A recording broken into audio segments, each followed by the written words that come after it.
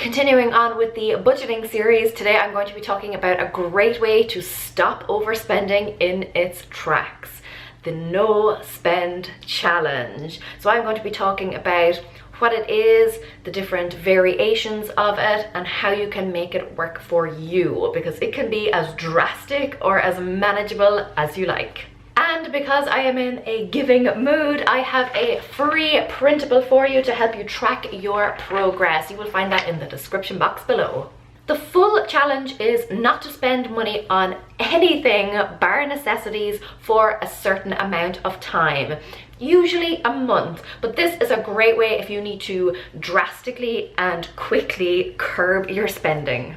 Then there is kind of a light version where you don't spend any money on one particular category of things for a certain amount of time. So for example, you might stop spending money on clothes for 1 month, like I am currently doing, or you will stop, spending money on eating out or on toys or on stationery, just a random example off the top of my head. Some people will do it for a whole year. Other people will just do it for a week or two. The length of time really depends on what your goal is. So if, for example, your goal is to save up to buy your first house, or maybe you are trying to get rid of a lot of credit card debt, then maybe trying to go for a whole year might be the best course of action. But if you are maybe just trying to break a bad habit, a bad spending cycle, maybe you found recently that you're becoming a little bit over reliant on takeaways, then a month would probably be more than enough just to kind of rewire your brain. Now, like I said, you can still spend money on necessities. What counts as a necessity will differ from person to person, but here are some examples of what I would consider necessities for me and my family. So things like groceries, toiletries, utilities, mortgage or rental payments, transportation, but within reason. I mean, I'm not going to be getting an Uber to the shop or anything.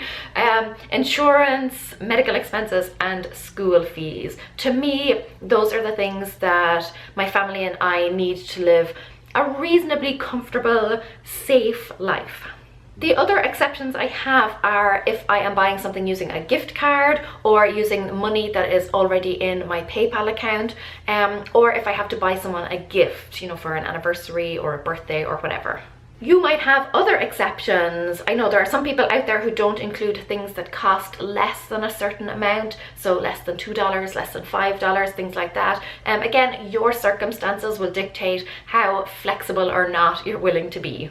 The whole idea is to force you to make better spending decisions. By cutting a category completely out of your budget, you will quickly save money, but it will also rewire your brain to recognize that there are a lot of things that you can actually live without. Everything else is just adding to the clutter in your home and to the hole in your finances. And a great way of holding yourself accountable is to get yourself a tracker. So something like this. So I have the days of the month numbered here. So if you're just going to be tracking one thing, one particular category of thing, you could write it up here and then, have the months listed down here and fill in the boxes. Or if you want to do several different things, you just put the month up here maybe, and then all the different things that you are tracking, and then fill in the boxes as you're going along and as you successfully complete each day. Here's one that I did a while back, and it was a really great visual representation for me of the progress I was making. I wanted to fill in those little boxes every day. I didn't want to break that chain.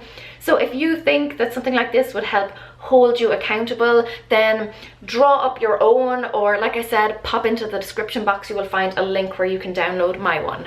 So I have already shared with you ways to save money on some of your biggest expenses, your groceries and your electricity bill, but I would love to know, apart from basic living expenses, what do you consider to be your biggest expense? Let me know in the comments below.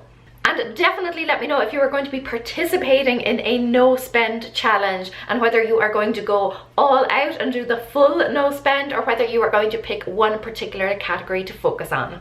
And remember to subscribe to the channel if you haven't already. I have 2 more money saving videos coming up for you next week. So until next time, start adding to that savings account. Cura mila maha gaibh, agus fegi mé sib se go lua. Slán!